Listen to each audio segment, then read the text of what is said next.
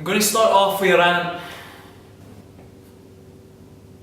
Today, a wee man approached my taxi after being flung out the surgery. Was clearly distressed, was clearly intoxicated, was lost, and none of the other taxis that he approached would let him in the car. So, he approaches my taxi, rolls down the window, and I says, "What's the matter?" And he starts to cry.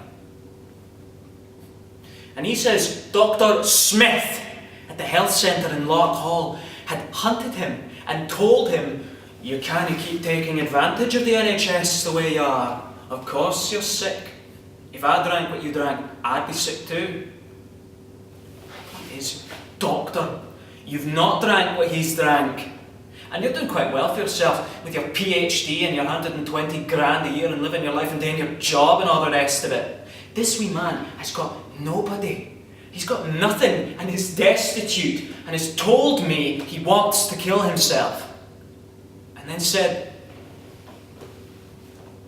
"What should I do?" He was stinking. Absolutely stinking of a smell that you couldn't even articulate what it was like. It was concentrated urine, vomit and shite. It was revolting, but then he was in a bad way.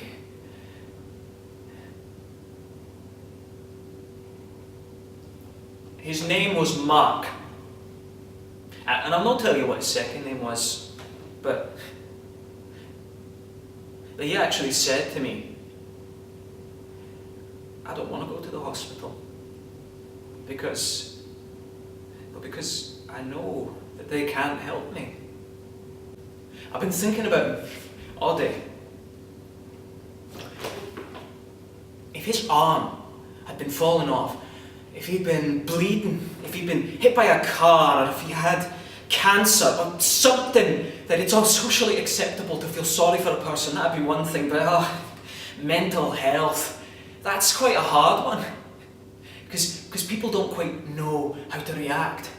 And nobody knows what you're going through because you don't know what you're going through. And it's a scary, scary, horrible, horrible illness.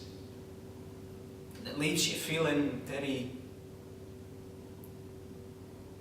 isolated and alone. And you feel like you just need the freedom to be able to breathe and be yourself. But you also need help.